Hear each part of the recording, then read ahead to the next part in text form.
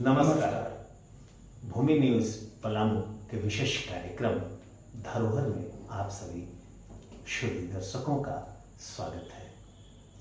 आज हम एक ऐसे साहित्यिक धरोहर की बात करेंगे जो अपने जीवन में कई सामाजिक, राजनीतिक और आर्थिक तमाम तरह की घटनाओं परिघटनाओं का साक्षात्कार किया और उसे व्यंग के रूप में सामने लाया।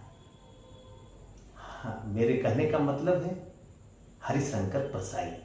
हरिशंकर परसाई एक ऐसे व्यक्तित्व का नाम है जिन्होंने व्यंग रचना को साहित्यिक रचना के रूप में स्थापित करने में अपनी अहम भूमिका निभाई। जी, हरिशंकर परसाई के अगर रचनाओं पे बात करें या फिर शैली की बात करें, उससे पहले हम लोग जरा उस काल की बात कर लें जिस काल में वो साहित्य की रचना कर रहे थे। जी, यानी कि 1924 में हरिशंकर परसाई का जन्म हुआ और 1995 में उनकी मृत्यु हुई। और इसके बीच में कहने का मतलब है ये कि गुलाम भारत के भी, आजाद भारत में भी, गुलाम भारत के भी स्थितियों को देखा और आजाद भारत में भी स्थितियों को देखा।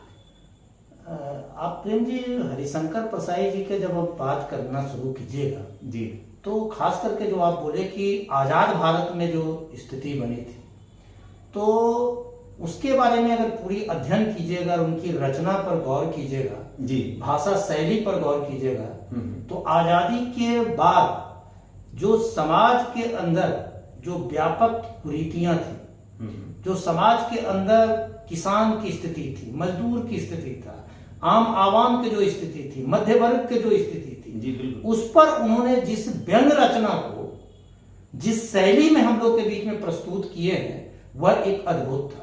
और न केवल छात्र नौजवान के लिए भी, किसान के लिए भी वो अलग अलग समाज के सकारात्मक पहलू को भी उन्होंने अपने रचना में शामिल किया, बिल्कुल, और शामिल करके वो एक साहित्य के रूप में, ऐसे धरोहर के रूप में हम लोग के बीच में रखे हैं कि जब कभी भी आप अगर पढ़िएगा तो सत्ता से लगातार सवाल करते रहे। आज सत्ता से सवाल करना भी मुश्किल हो गया है, लेकिन हरिशंकर परसाई के एक एक व्यंग को अगर आप गौर से या टुकड़े टुकड़े में भी देखिएगा तो लगता है कि मौजूदा सत्ता से भी वो सवाल कर रहे हैं। जबकि वो नेहरू के समय में भी अपनी बात को लिख रहे थे, वो इंदिरा गांधी के समय में भी अपनी बात को लिख रहे थे जी, वो वाजपेयी जी और चंद्रशेखर के समय में भी अपनी बात को लिख रहे थे, और हर हमेशा वह एक बेहतर समाज के लिए काम करने के लिए साहित्य को एक हथियार बनाकर लोगों के बीच में अपनी साहित्यिक रचना की है। और हरिशंकर परसाई जी के बारे में अगर हम बात करते हैं जी, तो वो लिखने का तो काम करते ही हैं, लेकिन एक निबंध है प्रेमचंद के फटे जूते। जी, अब प्रेमचंद के फटे जूते को लिखने से पहले उन्होंने कहा कि मैं अपने कमरे में तस्वीर टंगा हुआ देख रहा हूं जी, और प्रेमचंद की तस्वीर है जी, और तस्वीर में कौन है तो पति पत्नी प्रेमचंद जी, जी, जी, प्रेमचंद और उनकी पत्नी जी, जी, जी, और फोटो खिंचवा रहे हैं। उनका जूता एक फटा हुआ है और उनका जूता फटा हुआ है, बाएं पैर का जूता तो ठीक है लेकिन दाएं पैर का जूता फटा हुआ है और उंगलियां झांक रही हैं। अब देखिए किसी एक बड़े साहित्यकार का जी, चित्र देखकर, जी, तस्वीर देखकर जी, क्या क्या उनके मन में भाव उपजा।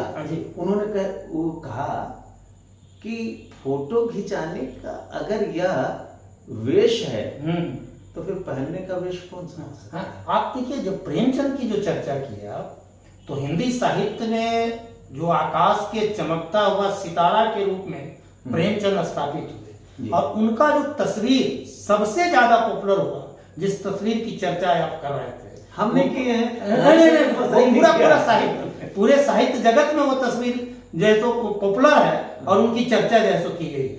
उस तस्वीर में अगर देखिएगा कि एक ऐसे साहित्यकार जो साहित्य को हमको लगता है कि पूरा पूरा समृद्ध किए, आज उनके दूसरी तीसरी पीढ़ी उसके रॉयल्टी पर लाखों रुपया कमा रहे हैं, लेकिन वो साहित्यकार अपने जीवन काल में जिस दशा में रहे हैं उस दशा के कोई पारखी नजर ही उसको जैसो समझ सकता है।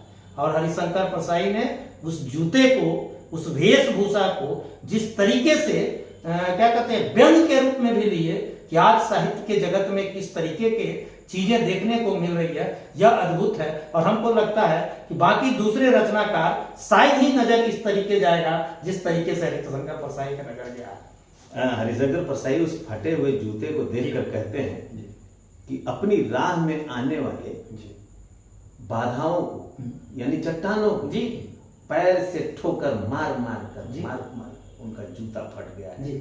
और जो उंगलियां निकली है समाज के उस चरित्र की ओर इशारा कर रहा है। जो कोई आदमी इशारा करता है तो हाथ की उंगलियों से इशारा करता है, लेकिन वो पैर की उंगलियों से इशारा कर रहे हैं। यही खूबी हरिशंकर परसाई, गजब की यही खूबी तो है कि आप जो है सो आप देखिएगा कि जितने तरह के विधा है साहित्य के, उस साहित्य के विधा को लोक शैली में आम लोगों के समझ के लिए उस ओर भी इशारा कर रहे हैं। और इशारा नहीं कर रहे हैं बल्कि यह कर रहे हैं कि आप भी सजग होइए, भाषा के मामले में आर्थिक दृष्टिकोण से, सामाजिक दृष्टिकोण से समृद्ध होइए।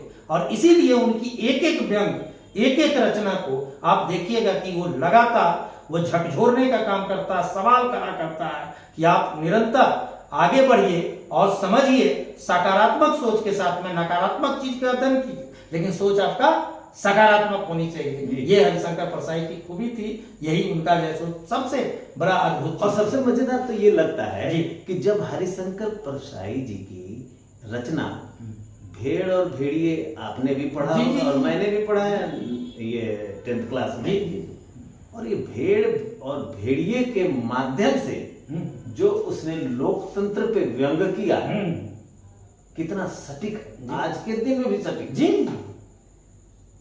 तो साहित्यकार के बारे में तो कहा ही जाता है ना कि वो बहुत दूर के सोचते हैं।